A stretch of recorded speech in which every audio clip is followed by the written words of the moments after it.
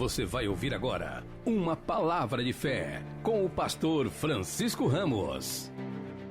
Vamos aqui em Mateus capítulo 27. Aleluias. Glória a Deus. Só quem já achou, diga amém, Senhor. Faremos a leitura a partir do versículo 45.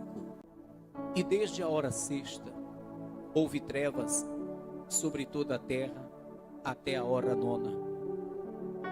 E perto da hora nona, exclamou Jesus em alta voz, dizendo: Eli, Eli, lema sabactani, isto é, Deus meu, por que me desamparaste? Repito o texto, preste atenção, Mateus 27, versículo 45. E desde a hora sexta, houve trevas sobre toda a terra, até a hora nona. E perto da hora nona, exclamou Jesus em alta voz, dizendo: Eli, Eli, lema sabactani, isto é, Deus meu, por que me desamparaste? Levanta assim a sua mão e peça em oração para o Senhor falar com a sua vida. Maravilhoso Deus, eterno Pai, Deus que é digno de toda a glória, de todo o poder, de toda a majestade. Senhor, aqui está o teu povo, que veio te cultuar, que veio te adorar. Eu peço, Senhor, fale ao coração dos teus filhos. Fale, Senhor, ao coração da tua igreja.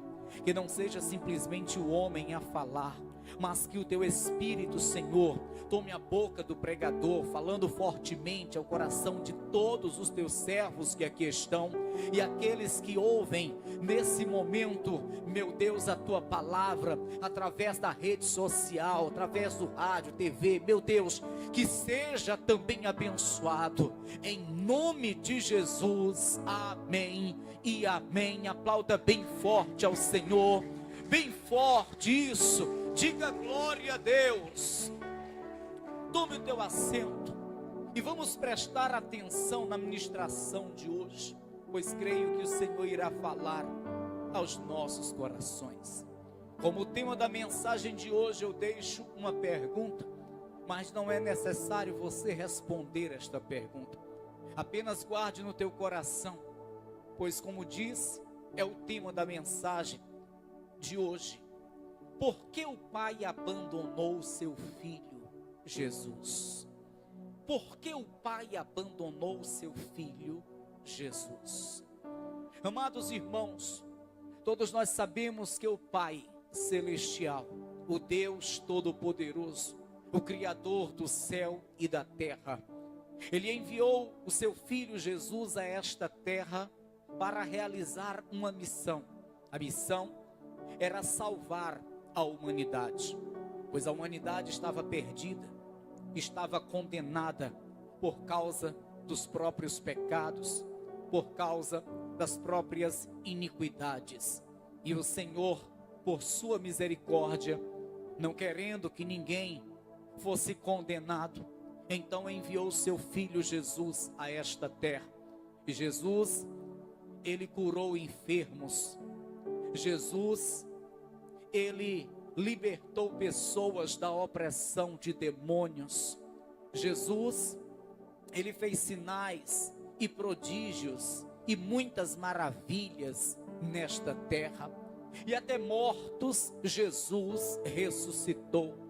Mas sobretudo, Ele anunciou as boas novas, pois esse era o principal objetivo da sua vinda: levar o povo ao conhecimento da verdade e trazer ao povo a salvação de Deus. Só que para finalizar a missão, Jesus teria que passar pela cruz. Repita comigo: sempre vai haver uma cruz. Jesus teria que passar pela cruz. Enquanto Jesus estava curando os enfermos, Ele não estava sentindo dores, Ele estava feliz, alegre, porque estava fazendo as pessoas ficarem curadas e também fazendo as pessoas ficarem alegres e felizes. Enquanto Jesus estava pregando sobre as boas novas, sobre o reino dos céus, ele não estava sentindo dores, ele não estava sofrendo. Muito pelo contrário, ele estava feliz, alegre, porque estava abrindo os olhos das pessoas, fazendo com que as pessoas compreendessem a verdade. Mas quando chegou a hora da cruz, quando chegou o momento da cruz, Jesus começou a sofrer. Jesus na cruz sentiu muitas dores, pois na cruz ele foi espancado, açoitado, chicoteado. Na cruz ele foi cuspido. Na cruz ele foi terrivelmente humilhado. Mas o que me chama a atenção não são os açoites que ele levou quando estava naquela cruz.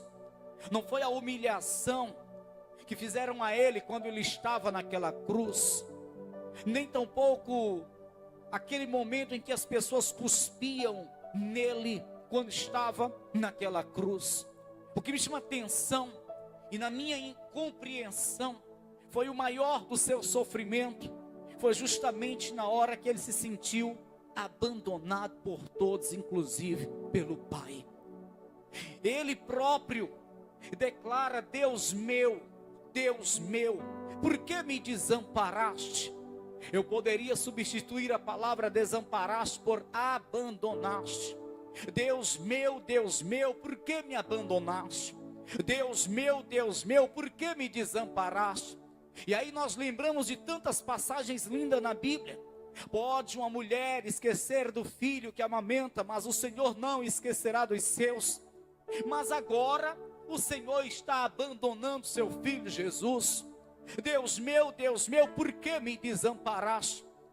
Deus meu, por que me abandonaste? E a pergunta é essa: por quê? Por que que Deus abandonou? Por que que Deus desamparou seu filho unigênito? Seu filho primogênito? Por que que Deus abandonou? Por que que Deus desamparou? Eu vou responder para você esta pergunta. Na verdade, eu não, a própria Bíblia vai responder para nós. Porque muitos ficam admirados quando chegam neste versículo onde Jesus está dizendo: Eli, Eli, lema sabachthani, Deus meu, por que me desamparaste? E sabe por que, amados irmãos, que naquele momento Deus estava desamparando Jesus? Por causa dos nossos pecados, por causa das nossas iniquidades. E aí nós vamos lá no profeta Isaías, capítulo 53. Eu quero que você observe isto na sua Bíblia, para que você entenda, armazene dentro do teu coração esta informação que é tão linda e tão importante para a nossa vida cristã. Você vê que no profeta Isaías que era o profeta messiânico, Isaías foi o profeta que mais falou acerca de Cristo, por isso profeta messiânico. E aqui no capítulo 53, uma profecia gloriosa, feita pelo profeta Isaías. E nesta profecia nós vemos a partir do versículo 2, porque foi subindo como renovo perante ele, e como raiz de uma terra seca, não tinha parecer nem formosura, e olhando nós para ele, nenhuma beleza víamos para que o desejássemos. Isaías está falando de Jesus Cristo. Era desta forma, viu? Não é como muitos estão falando, não é como muitos estão desenhando: cabelos longos, ruivos, olhos verdes, lindo, parecia um modelo, um artista de Hollywood. Não. Isaías está descrevendo como que seria o Messias, porque aqui foi 700 anos da vinda, 700 anos antes da vinda do Messias. Mas Isaías estava profetizando e descrevendo como que seria o Messias. Versículo 2, torno a ler: porque foi subindo como renovo perante ele, e como raiz de uma terra seca, não tinha parecer nem formosura, e olhando nós para ele, nenhuma beleza víamos para que o desejássemos. Era desprezado e o mais indigno entre os homens, homem de dores, experimentado nos trabalhos. Diga, Jesus trabalhava, viu? Jesus não era preguiçoso, não. Continuando: e como um de quem os homens escondiam o rosto, era desprezado e não fizemos dele caso algum. Verdadeiramente ele tomou sobre si as nossas enfermidades e as nossas dores levou sobre si, e nós o reputamos por aflito, ferido de Deus e oprimido. Versículo 5: mas ele foi ferido pelas nossas transgressões e moído pelas nossas iniquidades. O castigo que nos traz a paz estava sobre ele, e pelas suas pisaduras fomos sarados. Custou alto para Jesus o nosso bem-estar hoje, a nossa paz hoje, a nossa felicidade hoje. Custou um alto preço para Jesus.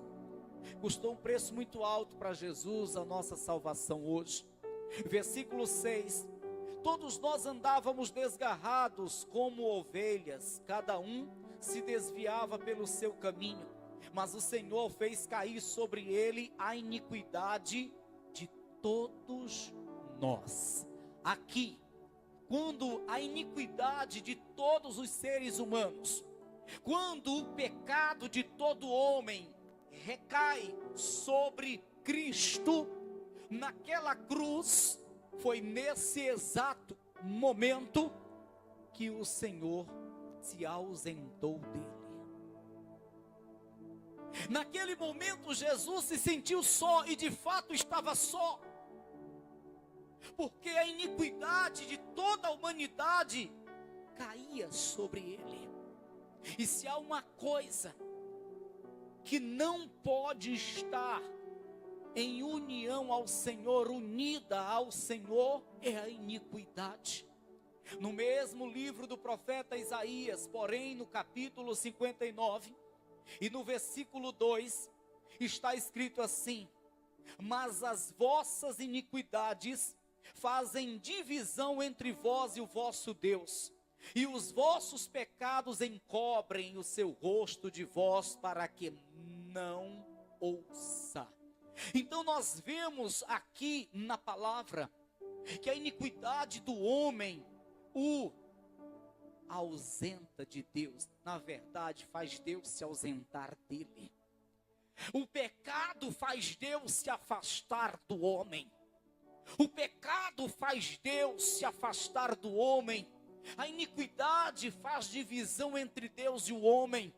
O pecado torna-se uma barreira entre Deus e o homem. Não existe nenhuma possibilidade de uma pessoa que está no pecado estar cheia de Deus.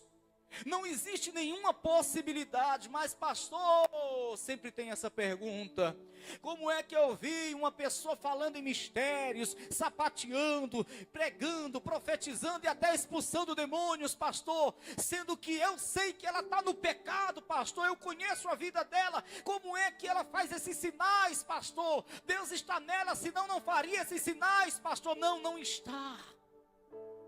Você lembra de um texto lá no Evangelho de Mateus, palavras do próprio Senhor Jesus Cristo? Mateus capítulo 7, versículo 21, 22, 23. Senhor, expulsamos demônios em teu nome, profetizamos em teu nome. Mas só que o Senhor vai dizer: apartai-vos de mim, vós que praticais a iniquidade. Não vos conheço. Não vos conheço. Quando o homem está no pecado, pode até ser que ele ainda seja usado por Deus para fazer algum milagre, por benefício daquelas pessoas que estão precisando de um milagre. Sabe, quando o homem está no pecado, pode ser que ainda ele seja usado para curar uma ou duas pessoas. Quando o homem está no pecado, pode ser que ainda ele seja usado para entregar um recado a alguém.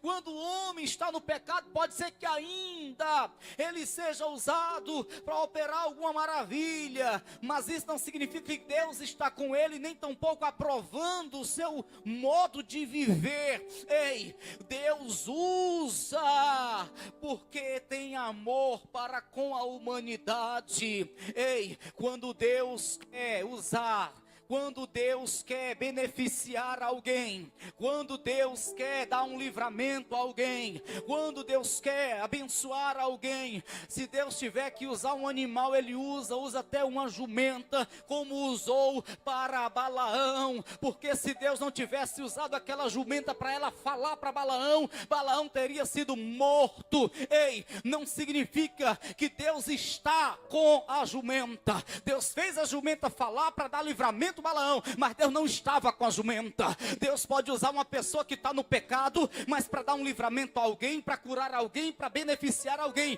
mas não significa que Deus está com aquela pessoa, porque Deus não tem pacto com o pecado. Aonde tem pecado, Deus não está. Aonde tem iniquidade, Deus não está, porque Deus não tem aliança com o pecado, irmão. Aleluias. Quem me convencerá do pecado? Jesus Cristo fala isso. Ninguém. E é o que nós lemos em Isaías 59, versículo 2. As iniquidades fazem divisão entre o homem e Deus. E se Jesus naquela cruz estava recebendo o pecado e a iniquidade de todos os homens, de todos os seres humanos, evidentemente que ele iria ficar sozinho. O Pai não poderia estar com ele na hora em que ele estava recebendo o pecado de todos nós. Jesus sentiu isso. E eu digo que este foi o momento de maior aflição de Jesus. O momento de maior aflição de Jesus não foi na hora que foi espancado, chicoteado.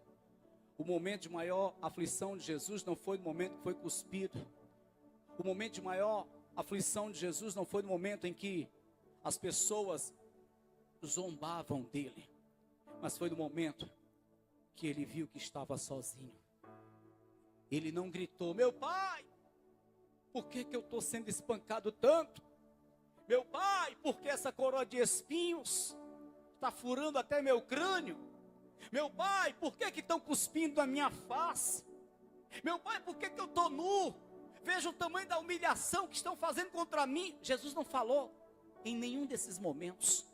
Mas na hora que se viu sozinho, na hora que soube, que percebeu que o Pai não estava com ele, ele grita: meu Deus, Deus meu, por que me desamparaste? Por isso que eu digo que foi o momento de maior aflição de Jesus. Por isso que falo que foi o momento de maior aflição de Jesus. Foi quando ele se viu sozinho, sem a presença do Pai, sem a presença de Deus. Ei, eu entendo uma coisa, amada igreja, amados irmãos, não há nada pior do que a ausência de Deus na vida do ser humano.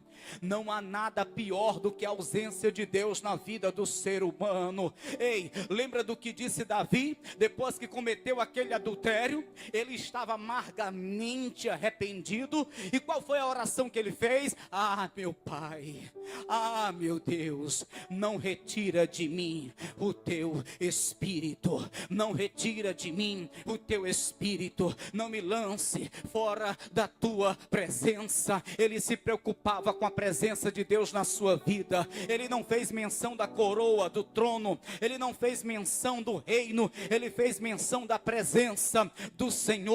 Lembra de Moisés e todo o povo de Israel, quando estava no deserto? O Senhor disse: eu não vou estar mais no meio de vós. Moisés disse: então não adianta nós sairmos daqui, então não faz sentido nós subirmos para uma terra que mana leite e mel, se a tua presença não estiver conosco. Ei, eu digo para os meus irmãos, não faz sentido o homem viver ausente de Deus. É a pior coisa que pode existir, é o homem sem a presença de Deus. É a pior coisa que pode acontecer na vida de uma pessoa, é ele estar ausente de Deus, irmão. E só há uma forma de não estarmos ausentes de Deus, é vivermos combatendo o pecado, é vivermos rejeitando o pecado. Aleluia. Jesus nesse momento vai clamar: Deus meu, por que me desamparaste? Pecado da humanidade recaía sobre ele. É o que nos confirma a profecia de Isaías. Torno a ler versículo 5. Isaías 53, versículo 5. Mas ele foi ferido pelas nossas transgressões e moído pelas nossas iniquidades. O castigo que nos traz a paz estava sobre ele, e pelas suas pisaduras fomos sarados. Todos nós andávamos desgarrados como ovelhas, cada um se desviava pelo seu caminho, mas o Senhor fez cair sobre ele a iniquidade de todos. Esta era a única maneira, de sermos absolvidos dos pecados que nos condenavam. Alguém tinha que tomar para si. Diferentemente do Antigo Testamento, não poderia ser um cordeiro, o animalzinho que os sacerdotes matavam, sacrificavam. Não poderia mais ser como no Antigo Testamento. Só servia se fosse o próprio Cristo. Tinha que ser o sacrifício do próprio Cristo, do Filho de Deus. Ele foi o sacrifício. Ele, naquela cruz, foi o sacrifício que nos limpou, nos purificou dos pecados, das iniquidades que estavam nos condenando. Todos os nossos pecados, iniquidades, foram lançados sobre ele. O próprio Deus assim o fez. No versículo 6 diz: mas o Senhor fez cair sobre ele a iniquidade de nós todos. Mas os versículos seguintes nos mostram algo lindo. No versículo 7 diz: ele foi oprimido, mas não abriu a boca. Como um cordeiro foi levado ao matadouro, e como a ovelha muda perante os seus tosqueadores, ele não abriu a boca. Da opressão e do juízo foi tirado. E quem contará o tempo da sua vida? Porquanto foi cortado da terra dos viventes, e pela transgressão do meu povo foi ele atingido. Veja o versículo 11. O trabalho da sua alma ele verá e ficará satisfeito. Com o seu conhecimento, meu servo justo justificará a muitos, porque as iniquidades deles levará sobre si. O versículo 11 diz que o trabalho da sua alma ele verá e ficará satisfeito. E ele está vendo. O trabalho da sua alma ele está vendo. E ele está satisfeito. Sabe por quê? Quando ele olha para você glorificando a ele, quando ele olha para você de joelhos adorando a ele, quando ele olha para você renunciando o pecado, rejeitando o pecado e adorando a ele, ele fica satisfeito. Ali foi o trabalho da minha alma. Valeu a pena aquela cruz, valeu a pena aquele sofrimento. Ali está o fruto do meu trabalho, o fruto do meu sacrifício. Ele está olhando agora para essa terra, ele está vendo em você, aleluia, o resultado do seu trabalho. Ele está vendo em mim o resultado do seu trabalho. Não éramos para estarmos vivos, não éramos para termos direito à salvação, mas hoje nós glorificamos o seu nome, estamos vivos, estamos livres de toda a condenação. A nossa alma está feliz, está alegre, porque sabe que tem a salvação, e essa salvação é o fruto do trabalho de Jesus, é o fruto do sacrifício de Cristo naquela cruz, irmãos. Aleluia! Diga para quem está ao teu lado: se alegre com a salvação que o Senhor te deu. Eu sei que nós temos muitas lutas no decorrer do dia. São perseguições, são traições, são injustiças, são enfermidades, são problemas e mais problemas que surgem, mas nós temos motivos de sobra para nos alegrarmos. A nossa salvação.